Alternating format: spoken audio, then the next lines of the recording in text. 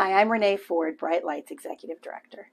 If you haven't used our camp chart before, I'm going to show you how you can use it to plan summer fun for your student in grades K through 8. To find the chart, visit our website, brightlights.org, where you can view the schedule. You can also download and print a copy, and in addition, we will put a note in the description with this video of where you can also find it to download it. We have just over 90 camps this summer, and they're divided by weeks. You'll see the dates at the top of each week.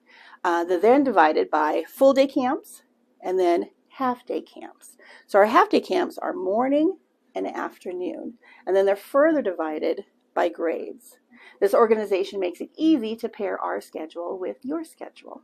You can choose a camp based on the grade, and you should choose the grade that your student is currently in. Or another way that you could think about that is choosing the grade that your student will have completed before he or she starts their camp.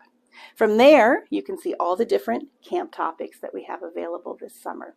Now, some parents choose camps that are brand new topics for their student that they're interested in. Sometimes they choose topics that their student is very interested in and wants to pursue. We have all kinds of options for students. Either way, with so many topics to choose from, we're sure there's interest, something of interest for everybody.